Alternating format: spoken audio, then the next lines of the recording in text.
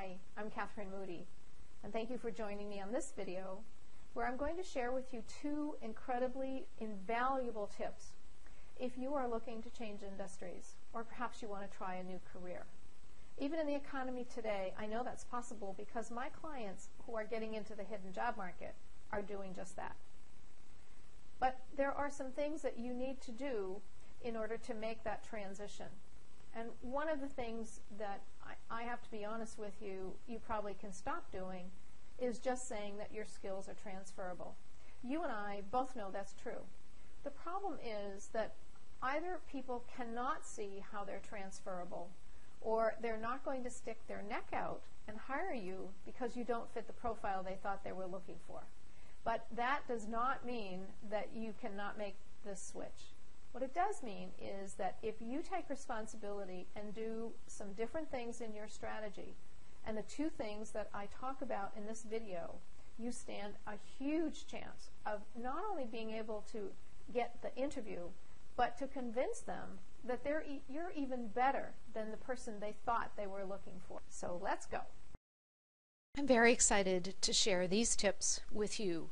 I think this is a wonderful time to be considering an industry change because there are so many great new industries out there. I can totally understand wanting to look at something else, and I've done it myself. And I'm just so delighted that my clients are actually getting to change industries.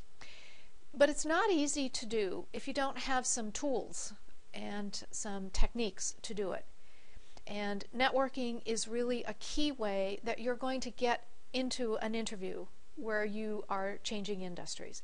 It's very difficult to get a recruiter to look at your resume and see that your skills are, and I quote, transferable.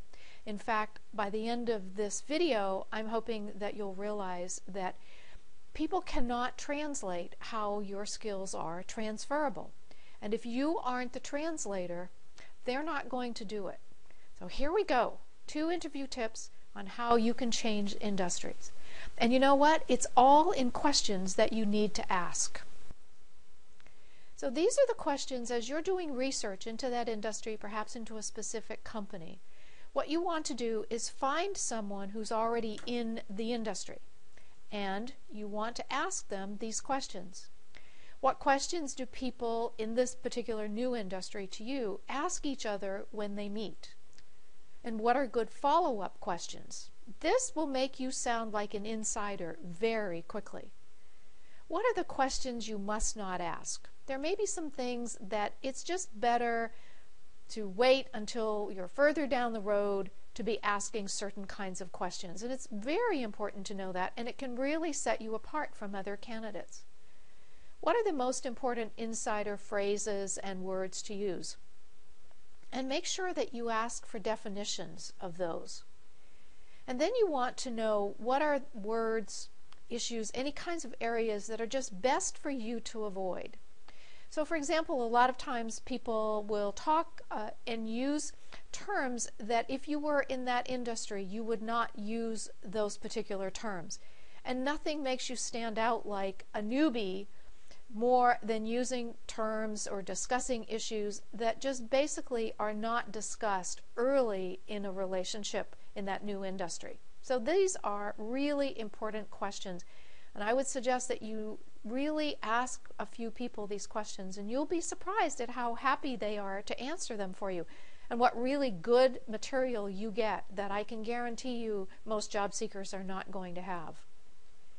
And then these are questions that you should be prepared to answer, and really take some time to think about these and weave them into any interview questions that you get asked, even if they don't ask these specific questions.